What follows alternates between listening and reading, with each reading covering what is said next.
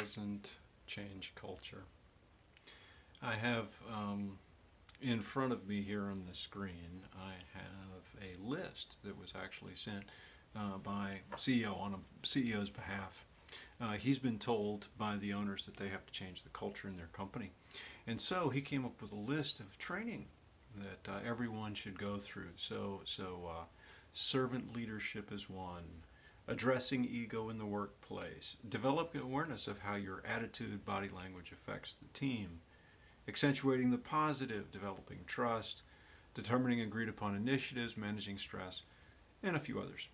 And while each of these, in and of itself, as a topic, as something to work through and discuss and come to agreement around as a basis for further interactions, those are all great individual topics. But it's not training.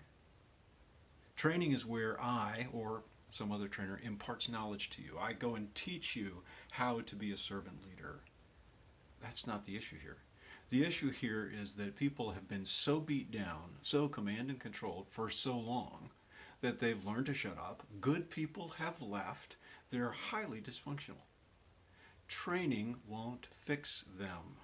If you find yourself in a similar situation, your culture is not what it needs to be. People aren't talking, communicating the way you want them to. There's not energy in their work, in their step. You're missing out on the opportunities for collaboration. Don't throw training at the situation. Here's the first thing you need to do. The first thing you need to do is get information about your problem. Sponsor some form of assessment to find out what people really think is going on, what they like, because there's probably certain things in your organization that are strong, and what things are keeping this culture, this organization from moving forward.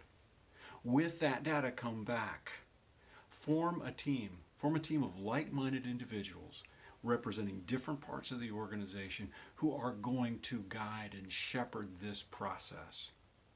As a team then, gather around the data, identify what the core issues are, and identify your strategies to address them. One of the things you're going to need to do, wherever you are, is you're going to need to get clear on who you are fundamentally as an organization. What is your organizational identity? There's some great questions. Pat Lencioni, in the book The Advantage, lists 5 or 6, can't remember. But that's a great starting place. If you've never done this kind of work, go grab that book, go through it, read it, and walk through, and as a leadership team, answer those questions. It will ask you things like, who are you? What is your purpose? What are your core values? What kind of work do you do? What is your core strategy, your strategic anchors, and things like that. The fundamental understandings of who we are as a company, including what we will accept, what we expect of our leaders, what we will reward, what we will tolerate, and what we absolutely will not tolerate. That must become clear. Once those standards of who we are and how we behave are clear, then we must communicate them throughout the organization. Once we communicate them, then we can come behind it and do training. Training may be warranted. There may be some skills for people to learn, to grow in order to best live out the behaviors we want them to demonstrate. But don't, please don't throw training at a cultural issue. You'll pay folks like me a whole bunch of money to accomplish absolutely nothing. Next time will be a tad more positive. I just got off of trying to convince these folks at this particular that they were going about it the wrong way. They're not open to it. I don't know that we can work together because what they're going to do simply won't work. It won't change the culture. Share this with some other CEO, some other human resource VP who's thinking about culture and who's starting to think about the role of training. Until next time, be well. So originally I was thinking that I was going to let that video stand, and then I got to thinking that, that's not enough value for me to rant about what's wrong without giving you some idea of how to go about it well. is not cool. That's not the value that I promise to bring to you week after week. So I'm going to go work out. But when I come back, I'm going to put together the second half of this video and show you what you can do. If you really want to change culture, there is a place for training, but it ain't the only thing and it ain't at the beginning. So give you that path when I get back. So I just finished my workout, and now I'm getting ready to walk you through how do you change culture. What is the positive way? If training's not the answer, or it's not the sole answer, what is it that is? And this, what you see before you, is a process to change culture. And that's the first thing I would say. If you conceive of changing culture simply training, you're missing the boat. There's many other things that need to be involved. This model that you see in front of you, I created this in Visio about, the base model I created about 15 years ago. And then have since refined it and so forth. Visio is my friend. I love thinking and drawing boxes and showing relationships. So I hope you benefit from it as well. Now, having said that, starting up at the top, and once again, let me find my cursor.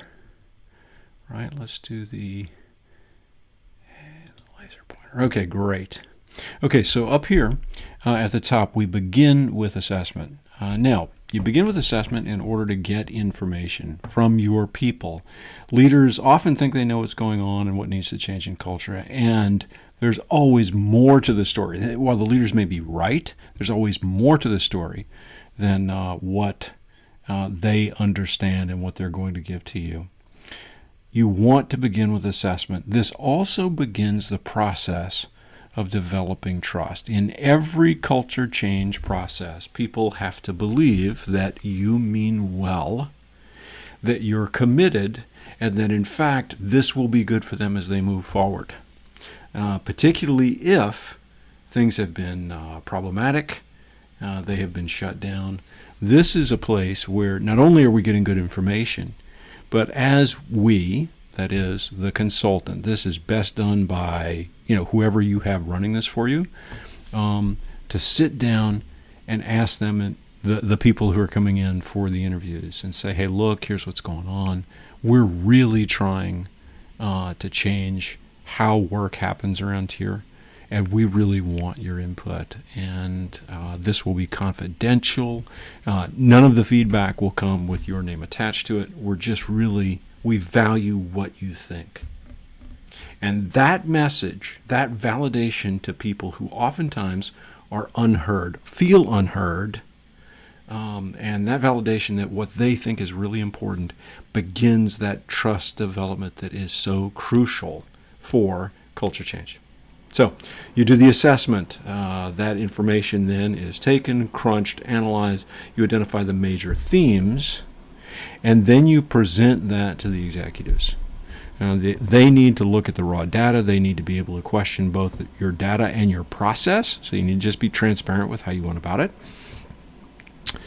And it should show forth the major findings about the culture. What are the strengths? So don't overlook that. But also, where are the weaknesses in terms of how people work, what they believe, what their interactions are like because of those underlying beliefs. So you'll want to share that information with them. There may be a place, if this steering committee, which what I'm suggesting, back up just a little bit, for the company to drive the culture change that they want, it can't be the efforts of one person. It has to be the efforts of a group of people, a cross-section of leaders. So diagonal cross-section, if you know what that means, that is from the top to the bottom and across the range of the enterprise. But you also have to keep the number manageable. So, try to keep it around 10. We'll just leave it at that. We can talk another time about what numbers are perfect, but that's a good target. So diagonal cross-section. And they're going to guide this culture change process from start to finish. They will report to the executives about what they're doing, about progress, about recommendations, and so forth, and get the authority and resources that are needed to make it happen. So this steering committee may need some team development. The dynamics of teams, how they listen to one another, how they dialogue, how they problem solve, make decisions, and so forth. So once that is done, you now present back to it. You present the information from the data. You give it to them. And you let them stew on it. That is, reflect. Prior to any further meeting, they need to think, so what is it we really want to create here? And what does the data tell us about our misalignments? A misalignment is a difference between what we profess and the experience that our people actually have. So oftentimes we'll talk about integrity and teamwork and collaboration and so on and so forth, and that'll be in the company core values. Core values, right? Not real core values, but what the company calls core values. And yet that won't be what people are experiencing. So that's one of the things that a good assessment will do, is uncover those misalignments.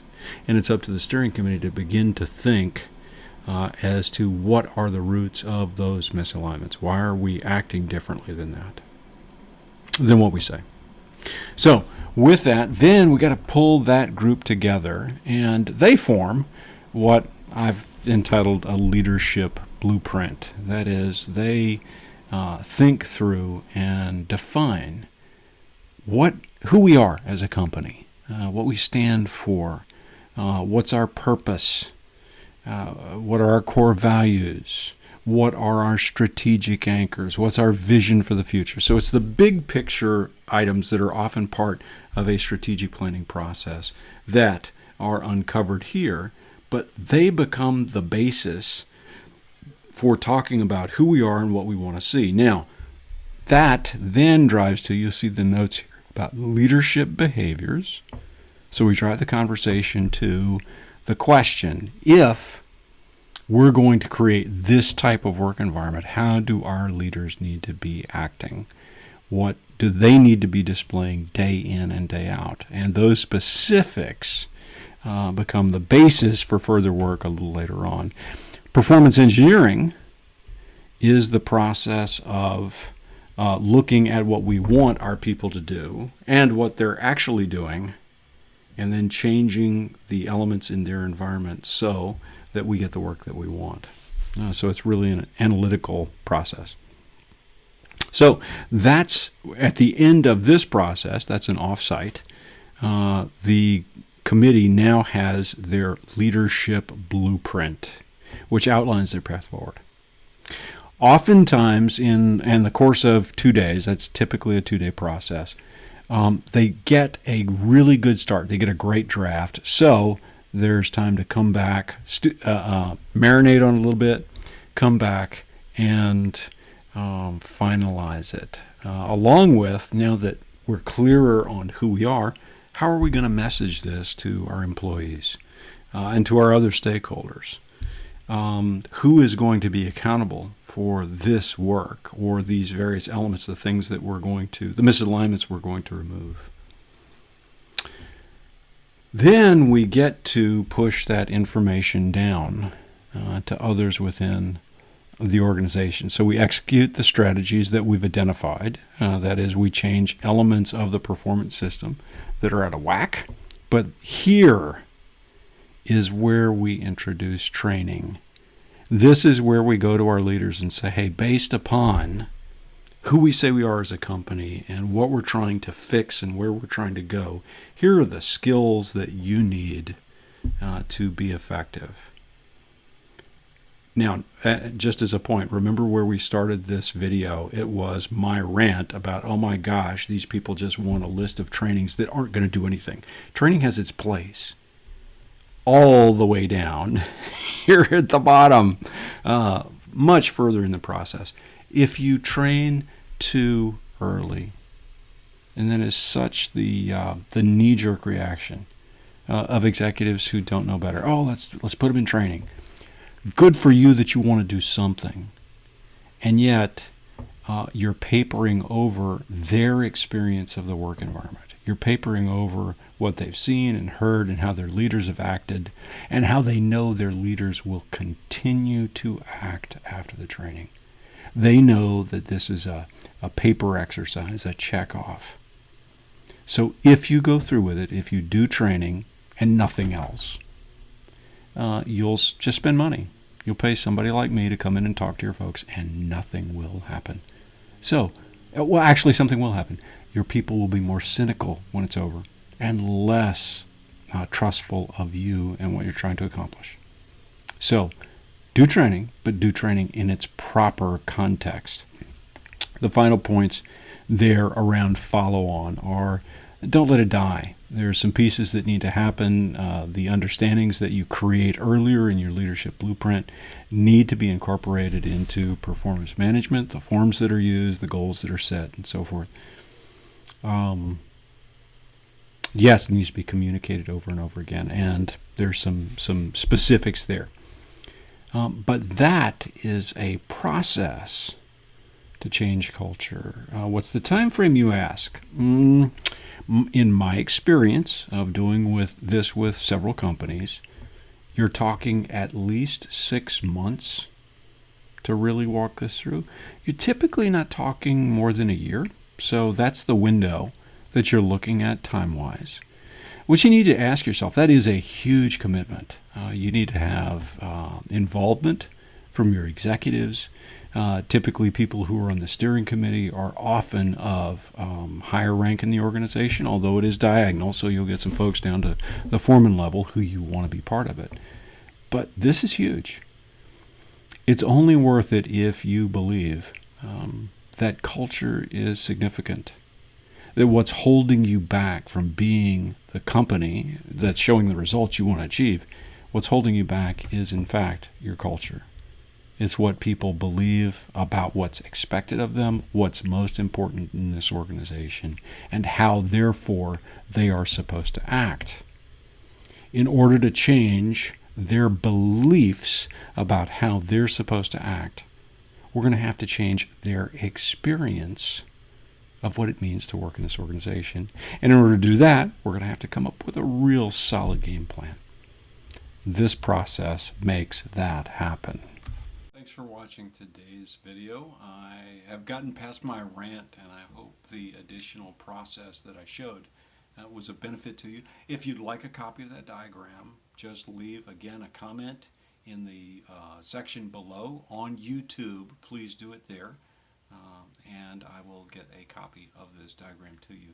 Please use it. Please let me know how it works for you. If you haven't done so already, please subscribe to these videos. That little vote of confidence does wonders for my ego and encourages me to keep planning. So, planning and preparing. Thanks so much. Appreciate your being part of this week, and look forward to catching you next week. Until then, be well.